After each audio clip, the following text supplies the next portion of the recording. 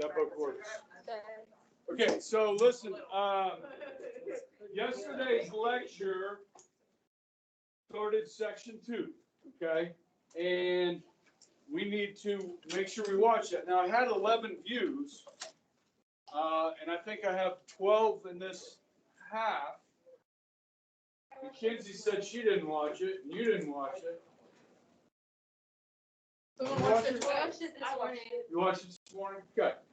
Listen, it's pretty important moving forward, and one of the things we talked about was the Articles of Confederation. So we talked about the strengths and weaknesses of the Articles of Confederation, and when that failed, I really talked a lot about Alexander Hamilton and James Madison, okay, and gave you some biography on those gentlemen and so forth, okay.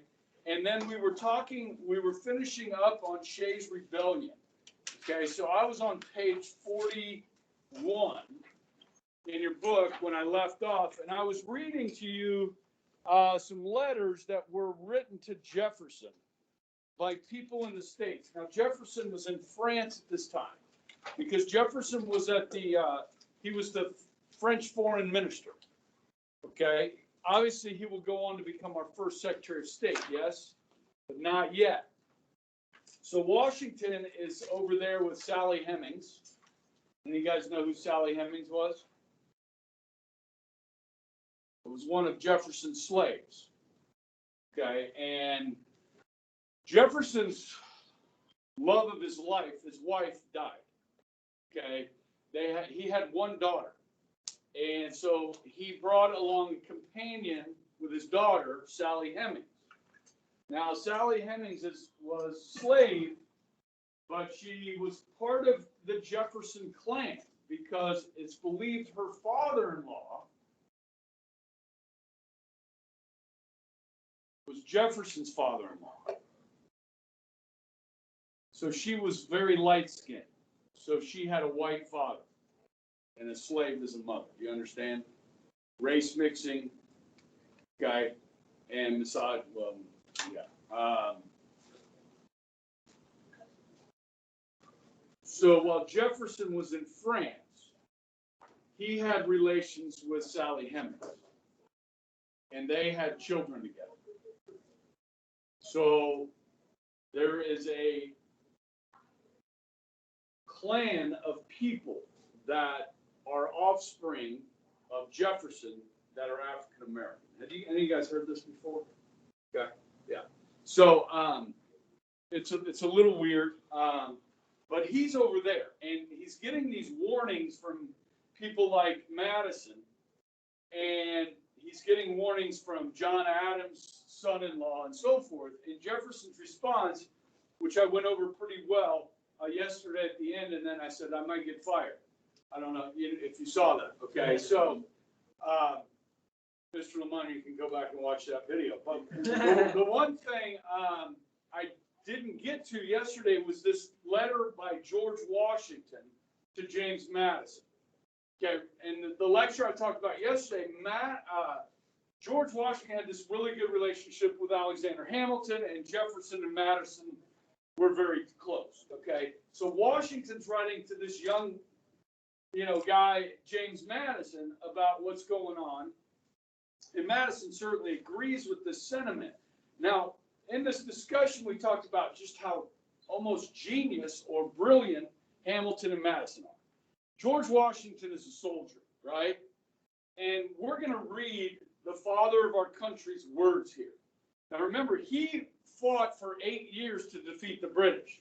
And he told Martha, I'll be home by Christmas. In 1776, he came home 8 Christmases later. You understand? So this man has sacrificed an immense amount for this country already. And now he sees it starting to fall apart. And he's like, we cannot let this happen. So Washington is not the most brilliant of the founders. I would say he's average. But to read his words, he's very good with words. Because this is what people did back then. They read and they wrote. There's no TV or radio, right? So this is what people did. So let's read George Washington's word, if you'll follow along with me on page 41. Let us look to our national character and to things beyond the present period. No morn ever dawned more favorable than our day, and no day was ever more clouded than the present. Wisdom and good examples are necessary at this time to rescue the political machine from the impending storm. What's the political machine he's referring to? What government? What constitution? The Articles of Confederation, okay? Virginia now has an opportunity to set the ladder and has enough of the former, I hope, to take the lead in promoting this great and arduous work. Without some alteration to our political creed, the Articles, the superstructure which we have been 7 years raising at the expense of much blood and treasure must fall. We are fast verging to anarchy and confusion. A letter which I just received from General Knox, who had just returned from Massachusetts, is replete with melancholy information of the temper and designs of a considerable part of that people. Among other things, he says their creed is the property of the United States has been protected from confiscation of Britain by the joint exertions of all, and therefore ought to be the common property of all. What does that sound like to you?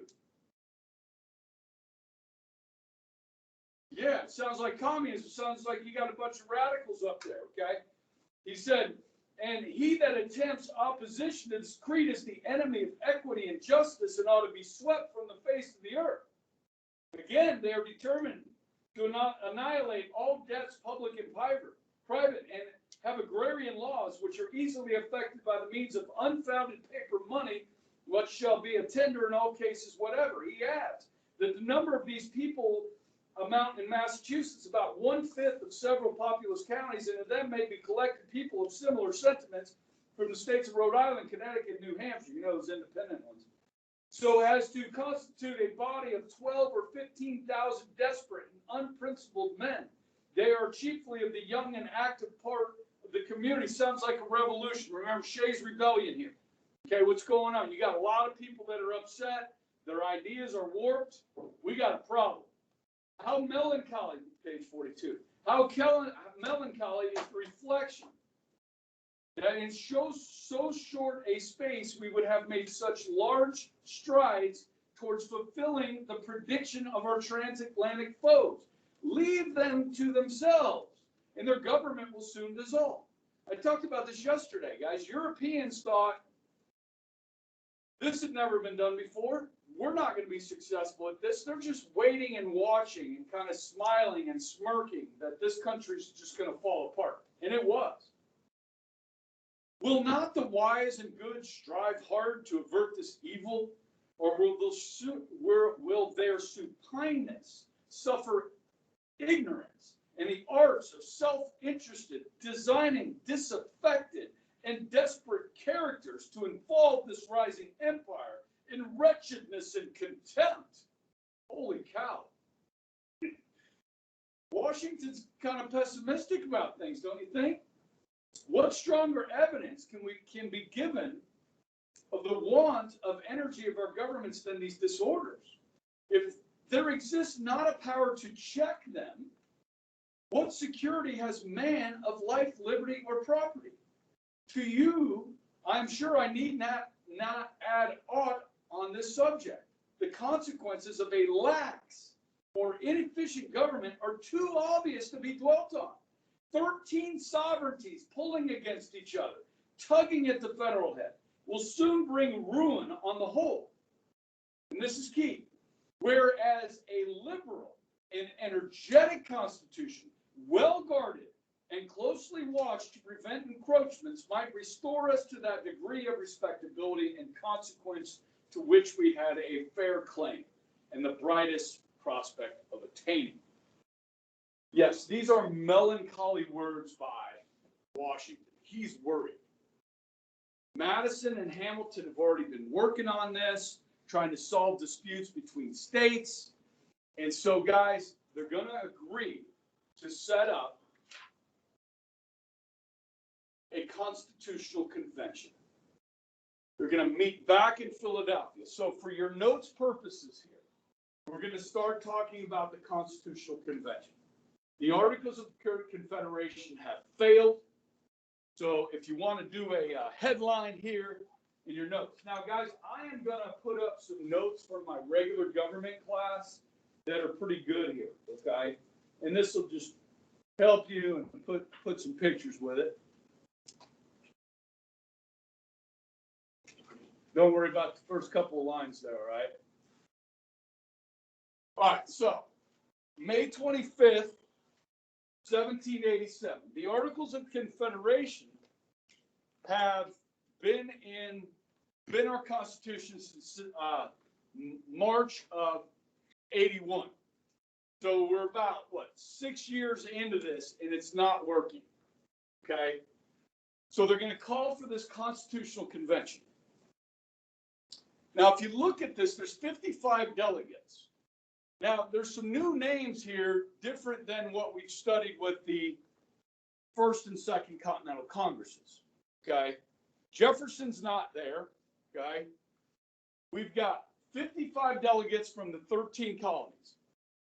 Now, 8 had signed the Declaration of Independence, 7 had been to the First Continental Congress, and 7 of them were governors of their states. So 7 states, guys, thought it was important enough to send their governor out of state for 3 months to work on this new Constitution. These are the best and the brightest. Okay, you're talking about a high-quality individual here. Let me add a couple things to this, okay? Of the 55 delegates, 31 of them had attended college. The average age of these 55 delegates was 42. They were all wealthy. They were all rich, except for one. They did invite a farmer named William Few. You don't need to know that for the test, okay? But he was not a wealthy farmer. They were landowners, they were wealthy. Okay? Now, what these men agreed upon at first was they needed to fix the Articles of Confederation. But soon they realized, you know what, guys? We're just going to scrap that whole thing and start over from scratch. All right? They all believed in this social contract, that we needed a new social contract. Not democracy, but a Republican government.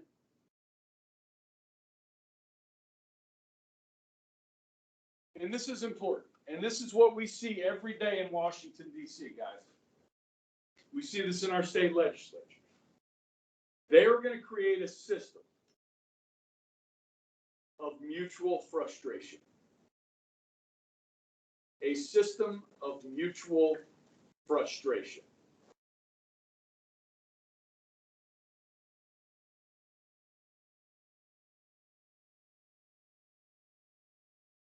Remember that quote from Churchill? Democracy is the worst form of government ever contrived by man, except for all the rest. Democracy is not clean. It's not easy. It's tough. It's frustrating. So when they set up this government, they're going to try and block vice with vice. So if somebody has something they want to do that goes too far, they're going to block it with somebody else. That's your checks and balances. Okay? So it's a system of mutual frustration. So let's look at who's there and who's not, because that's going to tell us a lot. Notables that are present.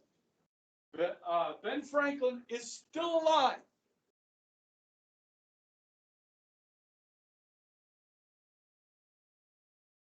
He will live into his 80s. Now, George Washington, I think, has more at stake here than any of these men, as far as what he's invested into this country already. He's the most famous man in the New World, without question. And when George Washington walks into the room, now this time he's not wearing a uniform. Okay, remember in the Second Continental Congress, he showed up every day in his military uniform, okay? Because he wanted the job. But when he walks into the room, guys, he brings gravitas. You guys heard that word before? Gravitas? Well, gravity is the root of the word, right? He brings weight, he brings substance, he brings a presence, he brings legitimacy to this convention, okay? Now, I'd never heard the word gravitas either. This is going to take us back to the year 2000 politically, okay?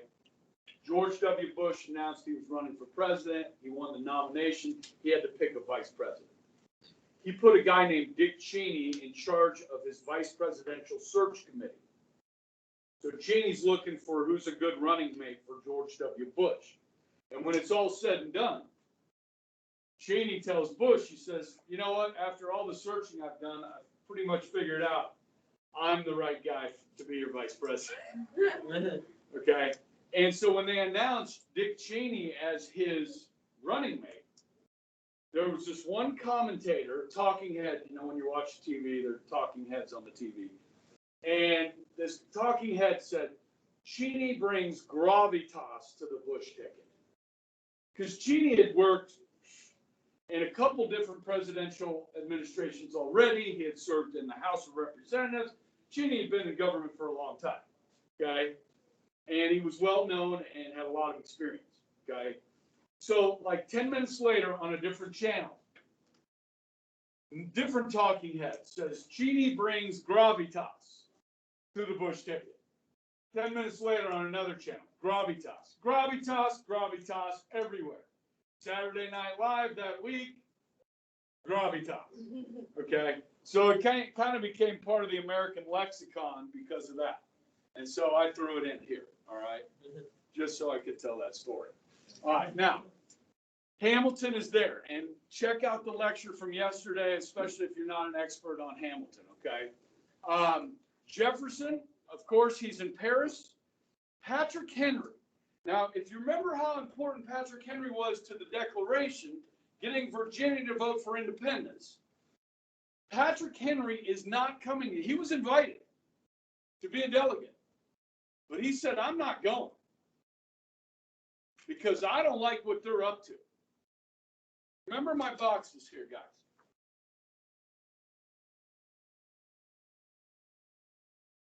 Under the Articles of Confederation, right? State and local. National government had very little power. So we're going from this system to a federal system, right? Where the boxes are roughly the same size, where the national government will probably have some type of supremacy over the other two, right? Patrick Henry wants no part of that. He's like, I'm not going. He said, I smell a rat. Okay, remember, these people fear power. They fear tyranny. Especially Patrick Henry. And we're not done talking about him because he's going to have a lot to say about this new Constitution. All right? But he's not going. I'm not going. Yeah. Why wouldn't he show up and like protest it or help make the government like weaker? Like, why wouldn't he go and like? Okay, so once they write this thing, they're going to have to send it to the states for ratification. That's when he starts speaking up. Okay, and he's like, nope, we're voting against it unless you do this, this, and that. And that, in other words, he becomes an anti-federalist and is really the loudest voice and one of the most respected voices. There's others, you know, Governor Clinton from New York's another big anti-federalist, Elbridge Gerry, who we'll talk about later, that are anti-federalists that like are opposed to this. And they're going to get, you know, some of the wishes they want. Okay. And thank goodness they do. So they name Washington as the chairman or the president of the convention. All right. And then, of course, James Madison, Little James Madison. And you guys remember who he married? Who? Dolly. Opposites attract. Madison's this 5'6", 100-pound nerd, okay? And Dolly is vivacious. She's a socialite. She's a supermodel. Yeah. Yeah.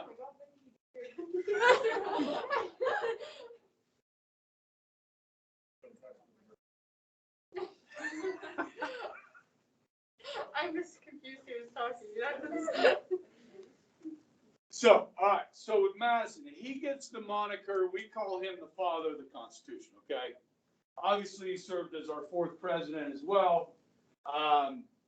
But Madison brings with him a plan for a new government, for a new constitution. Now, where's Madison from? What state? Remember, he's good buddies with Jefferson.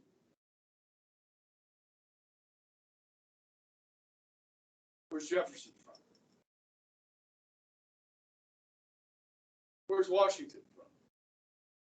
Where's Jefferson from? Where's Madison from? Okay. So Madison brings with him, where's Patrick Henry from? All right. He brings with him a plan of government. Any idea what we're going to call this plan? No, just keep going. The Virginia Plan. All right. Okay. Yeah. So the Virginia Plan is he shows up 2 weeks early. He's got it all planned out. He's a nerd. Okay. Now the Virginia Plan is not what we're going to get, but a lot of what's in the Virginia Plan we will get, and it is a framework to debate from. Okay. It's something. It's a starter. Okay. Here's a plan. Let's talk about this. Okay. The day-to-day operations of this meeting, and guys, this is one of the hottest summers in 30 years in Philadelphia. They're back in Independence Hall. Okay. Back at it again.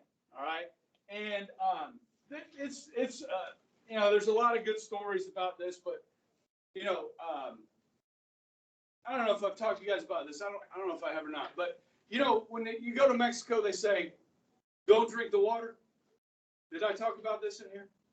Okay, they say don't drink the water if you go to Mexico. Well, if you're from Mexico and you travel to the United States, don't drink the water.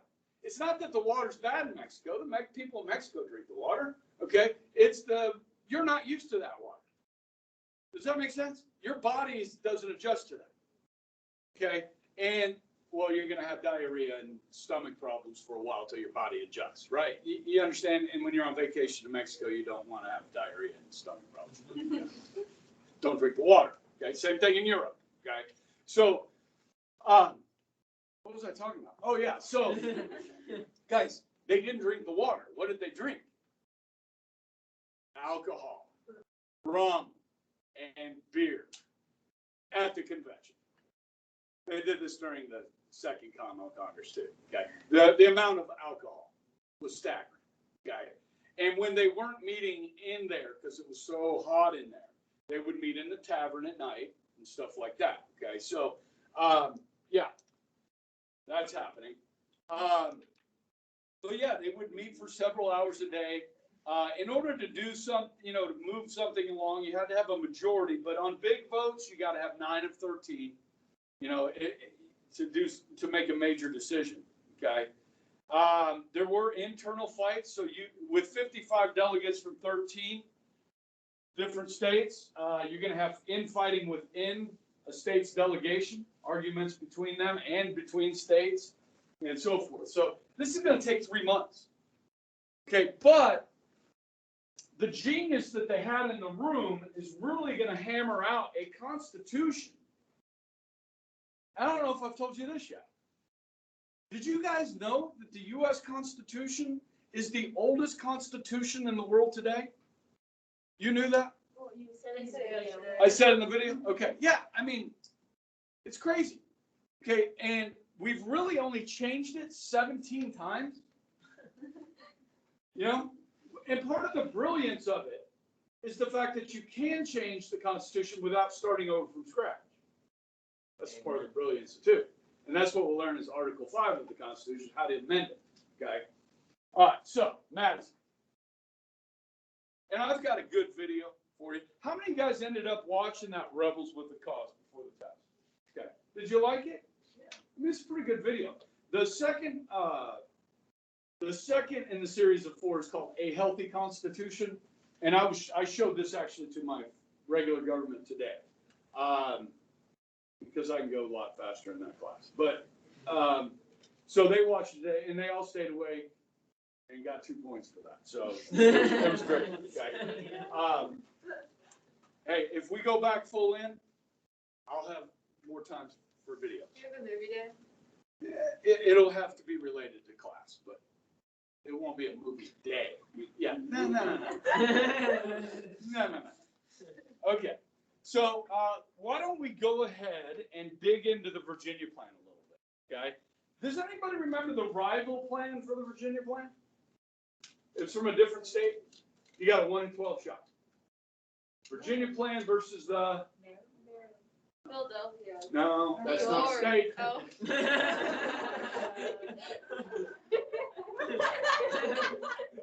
Massachusetts. Nope, Connecticut. nope, Vermont. nope, Rhode Island. Nope. South Carolina. the Garden State.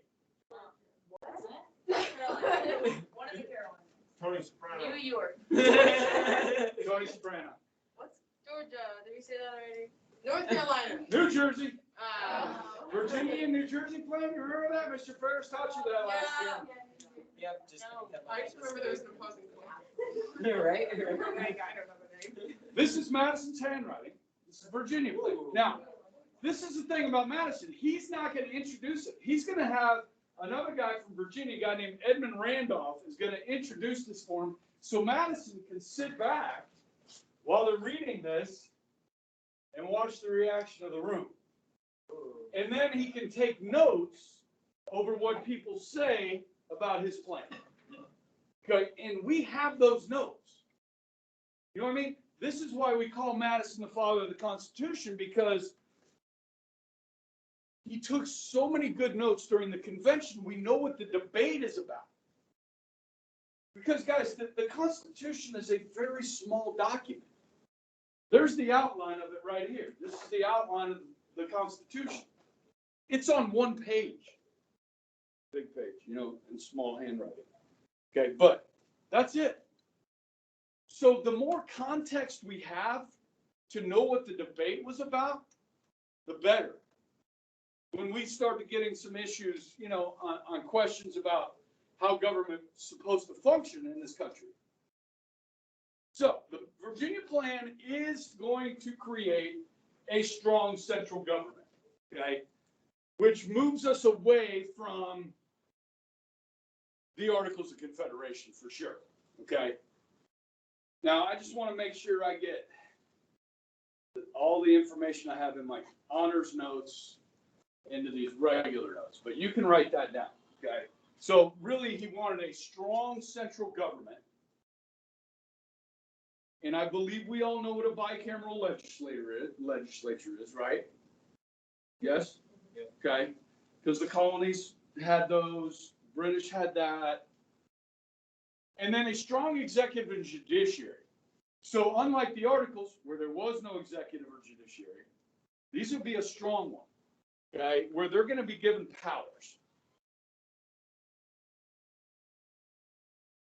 Now, a lot of this debate surrounds how we're going to elect the legislature and the president.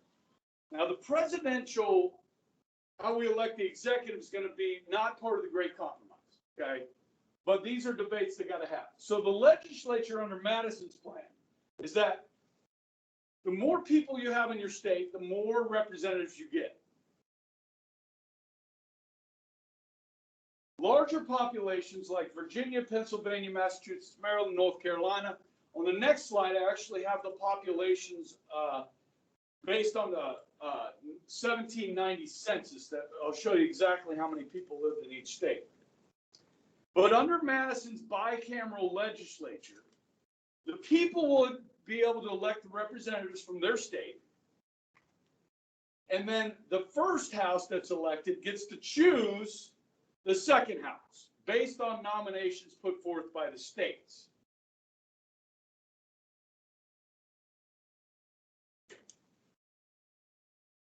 Now, real quick, members of the executive and judiciary are chosen by the legislature.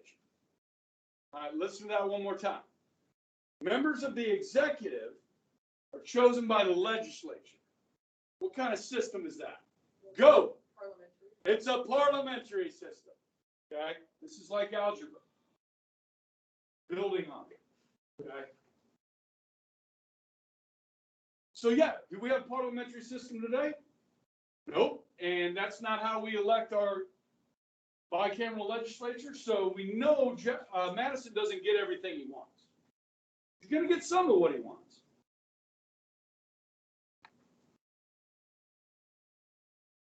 And then last, guys, what kind of new powers are we going to give to this new, strong central government?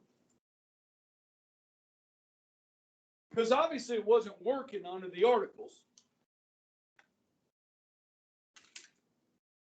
They're going to be allowed to tax. They're going to be able to tax the states. This is one that's going to scare people. Making laws for the whole nation. This is going to scare people. Because think about this, guys. Where's this new government going to be? Well, I'll tell you where it's going to start. It's going to start in New York. So you think people in South Carolina at this point in time are a little bit worried that these New Yorkers are going to, which have a bigger population, are going to control South Carolina with their laws? Yeah, they're worried about that. That the big states with the more population are going to dominate the small states. They don't like that. So there's going to be some alterations made here. They are going to be able to regulate trade, which was a big problem under the Articles. Okay? They had that power, but they had no sword. They had no executive to enforce the law, to enforce trade, enforce regulations. Okay, now let me look in my honors government notes to see if we got to add anything here.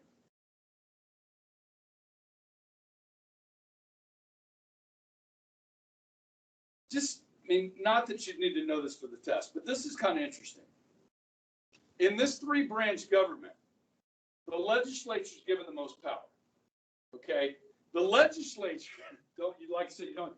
This legislature could veto state laws. That's scary. And only the executive and judicial together could veto Congress. You would need both to stop Congress. We know today, right? Both can, but they don't have to do it together. So the Supreme Court could say, hey, that law is unconstitutional, and the executive, he could veto a bill. Yes? All right.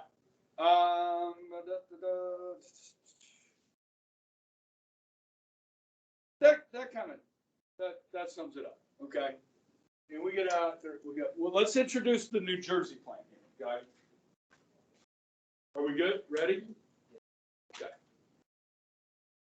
Slade, you don't want to hear the end of the story? I think I know how it ends. Thanks very much, though, for the chance to visit. Outstanding. Thank you. Bye, everyone. Enjoy the New Jersey plan. Feared states would lose too much power. Yeah, these are the small states, guys. I know, I was like, this is the most I've ever seen this dude right now, all year. To that movie day.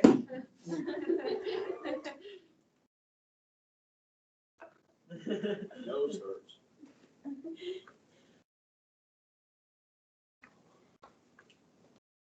All right, so New Jersey is a small state, okay, population-wise. It's not the smallest geographically, but it is called the Garden State, by the way. I don't because they can't raise fields because it's so small, so they have to raise gardens. Wait, that's not the Rhode Island? I don't know. I told you what New Hampshire's state motto is, right?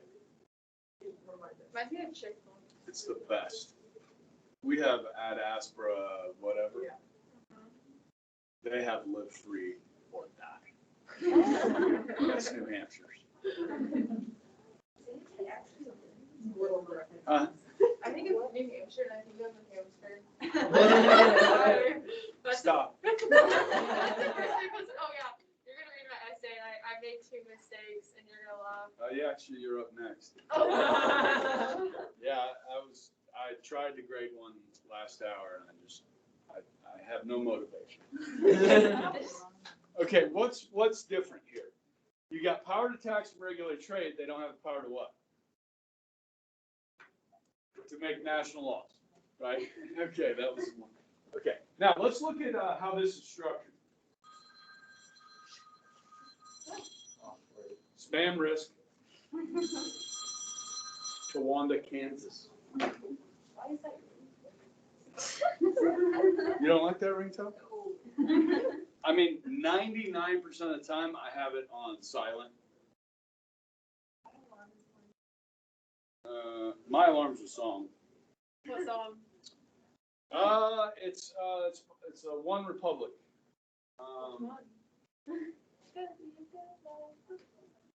Yeah, I don't know. You don't know? You don't know? It's your. Now, sometimes it plays I have 2 songs, I think. The other one's Rock and Roll by Led Zeppelin. That'll get you up. Way to start your morning. Okay. Yes. Okay. So states wanted to have a stronger role in the national government, like in the Articles. So they called for a unicameral legislature, just like the Articles of Confederation. And each person's going to get 1 vote. Each state's going to have 1 representative, just like the Articles of Confederation. Now, they do want a 3-branch government, right? So there will be an executive and judicial, unlike the Articles of Confederation. And these representatives, the 1 from each state, would be selected by the state legislatures, not by the people.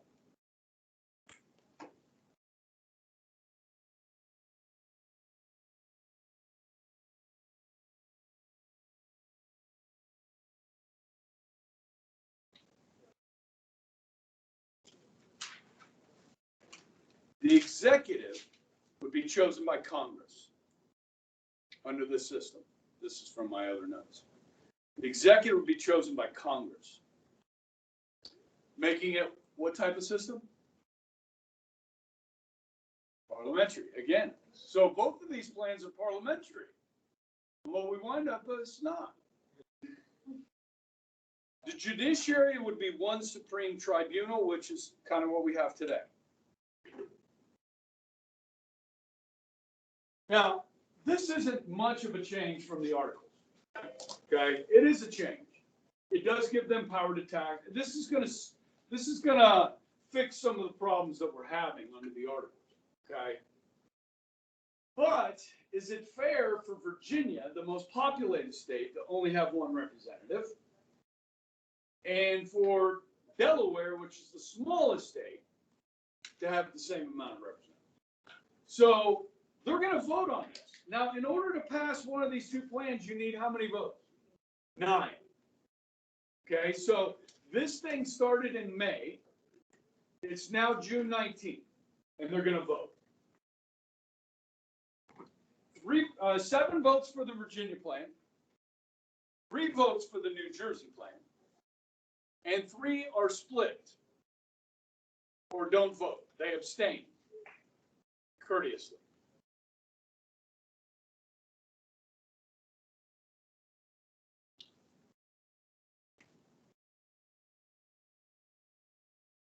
They're going to go back and debate this for a whole nother month. And what do they need? They need what?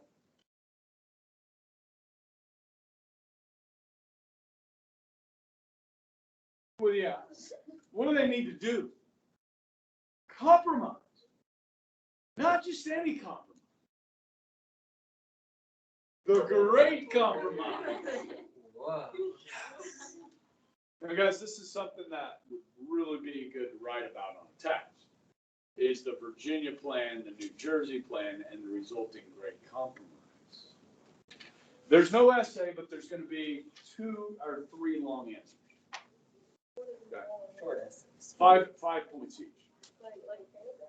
Well, you got to give me a little Virginia. You got to give me a little New Jersey. And you got to give me a little great compromise. The great compromise is pretty short, actually. Okay. And it's Connecticut that comes up with it. Okay. So they debate this a whole nother month. And on July 16, 1787, they vote on the Connecticut Compromise. Or the Great Compromise.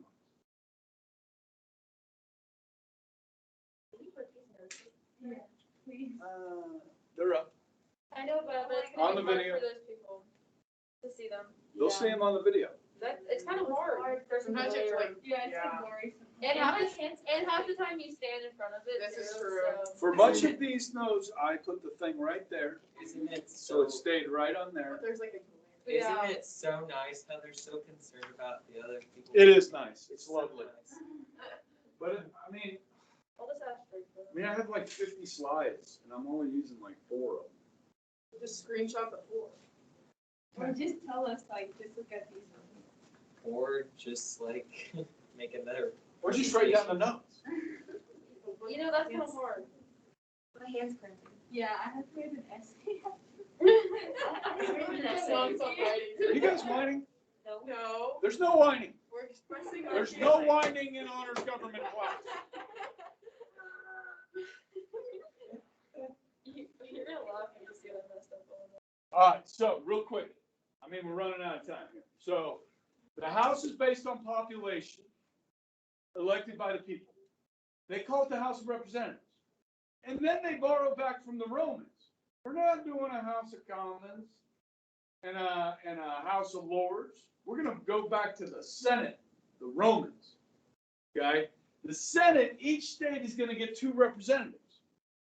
So Virginia and Delaware will be equally represented in the Senate, but Virginia will have more members of the House. How many members are there in the United States House of Representatives? 40. Did we do that in here? Did we do that in here? All right, everybody play along. 435. So when I ask the question, we say in unison, 435. How many members are there in the United States House of Representatives? 435. How many members are there in the United States House of Representatives? Yeah, I just changed my cadence. It's the same question. How many people are there in the United States Senate? 150 states times 2, 100, math, and government class. Now, the original Senate had how many?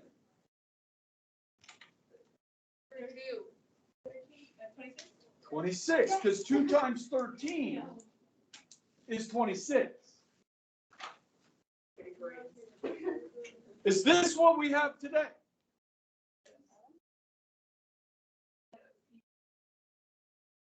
Based on population, yes, yeah. What were we saying, Kinsey? Oh, the Senate's elected by the people, not the state legislatures. This is what they put in the Constitution, but that's not what we have today. So that means there had to be an amendment to change that. What amendment? Anyone? Anyone? The 17th. And I will go into great detail on the 17th Amendment in tomorrow's lecture. And you'll want to hear it. Because we need to repeal that. That was a dumb one. Yeah. Class on Saturday. Oh, tomorrow's Saturday. You'll have to wait till Monday. Oh.